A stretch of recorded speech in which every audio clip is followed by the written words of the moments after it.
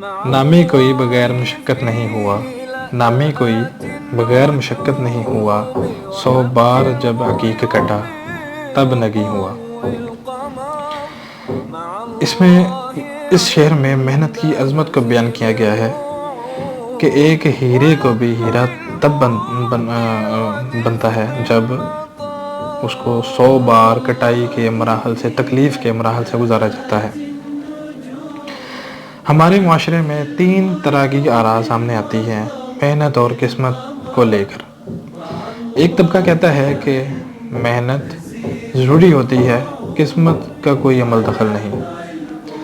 دوسرا طبقہ کہتا ہے کہ قسمت بہت بڑا کردار ادا کرتی ہے، محنت آپ کریں یا نہ کریں آپ کو کوئی فرق نہیں پڑتا، جو آپ کی قسمت میں ہوگا آپ کو مل جائے گا۔ جبکہ تیسرا اور آخری طبقہ فکر اس بات پر کامل یقین رکھتا ہے کہ انسانی کامیابی کے لیے محنت اور قسمت دونوں برابر کردار ادا کرتی ہیں۔ اسلامی تعلیمات کو دیکھا جائے تو اسلامی تعلیمات بھی ہمیں اس چیز کا درس دیتی ہیں کہ محنت اور قسمت دونوں انسانی زندگی میں اثر انداز ہوتی ہیں۔ انسان کو کوشش کرنی چاہیے اس چیز کو پانے کی، رزق کو پانے کی، کامیابی کو پانے کی، اور آگے اللہ تعالیٰ پر چھوڑ دینا چاہیے کہ جو اس کی قسمت میں لکھا ہوگا وہ اس کو مل جائے گا، جبکہ اس میں محنت شرط ہے۔ ایک جگہ اللہ تعالیٰ فرماتے ہیں وَمَا مِن دَابَّةٍ فِي الْأَرْضِ إِلَّا عَلَى اللَّهِ رِزْقُهَا وَيَعْلَمُ مُسْتَقَرَّهَا وَمُسْتَوْدَعَهَا۔ اس کا ترجمہ یہ ہے، زمین پر چلنے پھرنے والے جتنے بھی جاندار ہیں سب کا رزق اللہ کے ذمہ ہے یا اللہ پر ہے، اور وہی ان کے رہنے سہنے کی جگہوں کو جانتا ہے اور وہی ان کو سونپے جانے کی جگہ کو بھی جانتا ہے۔ اس کی تشریح میں بھی ہم جائیں تو ہمیں اس بات کا پتہ چلتا ہے کہ بے شک اللہ تعالیٰ نے رزق انسان کا لکھ دیا ہوا ہے، لیکن اللہ تعالیٰ سب چیزوں کو جانتا ہے، مطلب اللہ کے علم میں ہے کہ اس فلاں بندے کو کتنا رزق ملنا ہے، کتنی کامیابی ملنی ہے، وہ کامیابی کس طرح حاصل کرے گا۔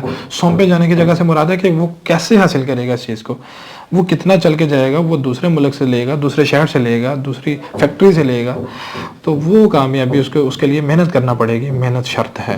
اسی لیے اللہ تعالیٰ فرماتے ہیں لیس للانسان الا ما سعی، یہ سورہ نجم کی 39 نمبر آیت ہے کہ انسان کے لیے وہی کچھ ہے جس کے لیے وہ کوشش کرتا ہے۔ اللہ کے نبی صلی اللہ علیہ وسلم کا بھی فرمان ہے الکاسب حبیب اللہ، محنت کرنے والا اللہ کا دوست ہے۔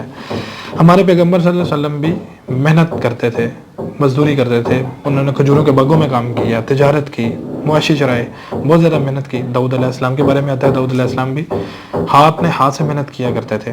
نوح علیہ السلام کے بارے میں آتا ہے کہ وہ بڑھئی تھے، لکڑی کا کام کرتے تھے، اور ادریس علیہ السلام درزی تھے۔ مختلف پیغمبر مختلف طرح کی محنت مزدوری کر کے رزق کماتے تھے، جبکہ ہم سے زیادہ ان کا ایمان اور قسمت پر یقین کروڑ گنا زیادہ تھا۔ ہم کیا چیز ہیں ان کے سامنے، تو معمولی سے انسان ہے۔ اسی طرح انسان کو محنت اور کوشش اور اللہ پر یقین کے ساتھ محنت کرنی چاہیے تاکہ جو ہماری قسمت میں ہو وہ ہمیں مل جائے۔ آج کا حاصل کلام یہی ہے کہ انسانی زندگی کی کامیابی کے لیے محنت اور قسمت دونوں برابر کردار ادا کرتی ہیں۔ 2 طرح کی قسمت سامنے آتی ہے، مقدر جسے بولتے ہیں، تقدیر مبرم اور تقدیر معلق۔ مبرم اللہ تعالیٰ نے ایک فکس تقدیر لکھ دی ہوئی ہے جس کو آپ تبدیل نہیں کر سکتے، اپنی عمر کو آپ تبدیل نہیں کر سکتے، اپنے رزق کو، اپنے ماں باپ کو، بہن بھائیوں کو، جو اللہ تعالیٰ نے بنا دیا، جو آپ کو دے دیا وہی کچھ ہے۔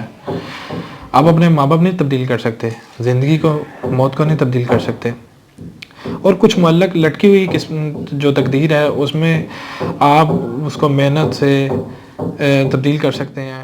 محنت پہ ایک واقعہ مجھے یاد آتا ہے، سلطنت عثمانیہ، سب کو پتہ ہوگا کہ ایک عثمانی سلطنت بہت بڑی گزری ہے۔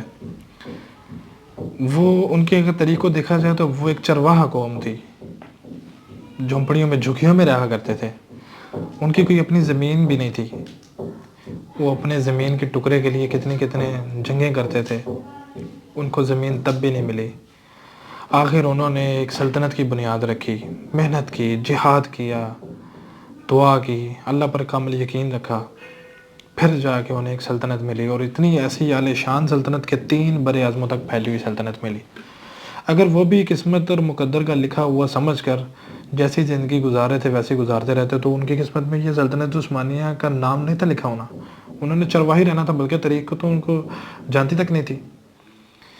تو اسی کے ساتھ ایک شعر ہے جو اسی کے ریلیٹڈ ہے، میں پڑھنا چاہوں گا. ہمت کرے انسان تو کیا ہو نہیں سکتا، وہ کون سا خدا ہے جو وا ہو نہیں سکتا، وما علینا الا البلاغ المبین.